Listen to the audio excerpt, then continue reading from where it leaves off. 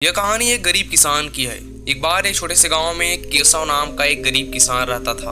वह सुबह से शाम तक अपनी जमीन के छोटे से टुकड़े पर अथक परिश्रम करता था। फिर भी इतनी मेहनत करने के बावजूद उसको काफी कम फायदा होता था। केशव का जीवन निरंतर संघर्षपूर्ण था और वो अपनी कठिनाइयों के बोझ से दबा हुआ था। एक दिन केशव ने सुना कि गौतम बुद्ध प्रवचन देने के लिए पास के गाँव में आ रहे हैं। लोग बुद्ध की बुद्धिमत्ता और उसकी शिक्षाओं से जीवन बदलने की बात कर रहे थे।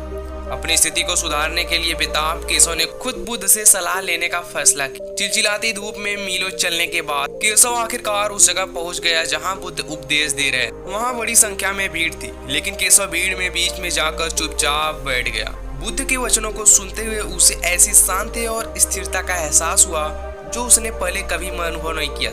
प्रवचन के बाद केशव हाथ जोड़कर और भारी मन से बुद्ध के पास गया। उसने कहा, हे ज्ञानी, मैं एक गरीब किसान हूँ।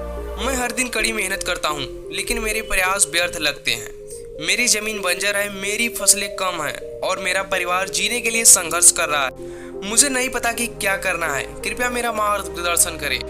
बुद्ध ने केशव को करुणा से देखा और धीरे से मुस्कुराए। बुद्ध ने केशव से पूछा, क्या तुम अपने खेतों में काम करते समय अपने भविष्य के बारे में चिंता करते हो? केशव ने उत्तर दिया, बोला, हाँ, मैं लगातार इस बात की चिंता करता हूँ कि क्या बारिश आएगी, क्या मेरी फसलें उगेंगी और क्या मैं अपने परिवार का भरण पोषण कर पाऊंगा कि नहीं। बुद्ध ने सिर हिलाया और पूछा, और क्या तुम अपने अतीत के बारे में सोचते हो, उन समयों के बारे में जब तुम्हारी फसलें बर्बाद हो गईं? केशव ने उत्तर दिया, हाँ। केशव ने कहा कि मेरा अतीत मुझे सताता है। मुझे लगता है कि मेरी असफलताएं मेरा पीछा कर रही हैं। केशव की इस बात को सुनकर बुद्ध की आंखें नरम हो गई और उन्होंने केशव से कहा, भविष्य के बारे में आपकी चिंता और अतीत पर आपका पछतावा पत्थरों की दो भारी बोरियों की तरह हैं, जिन्हें आप अपने कंधों पर ढोते हैं। वे आपको दबा देते हैं और आपको वर्तमान क्षण पर ध्यान केंद्रित करने से रोकते हैं, जो एकमात्र ऐसा क्षण है जब आप वास्तव में कार्य कर सकते हैं और बदलाव ला सकते हैं।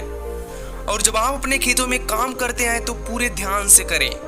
आपके द्वारा लगाए गए प्रत्येक बीज, आपके द्वारा डाली गई प्रत्येक बूंद और आपके द्वारा निकाली गई प्रत्येक खरपतवार पर ध्यान केंद्रित करें। और भविष्य के बारे में अपनी चिंताओं और अतीत के बारे में पछतावे को छोड़ दें। इसके बजाय अपने आप को वर्तमान क्षण में पूरी तरह से डुबो दें। यही आपकी शक्ति नहीं है। बुद्ध ने फिर केशव के साथ एक सरल लेकिन गहन शिक्षा साझा।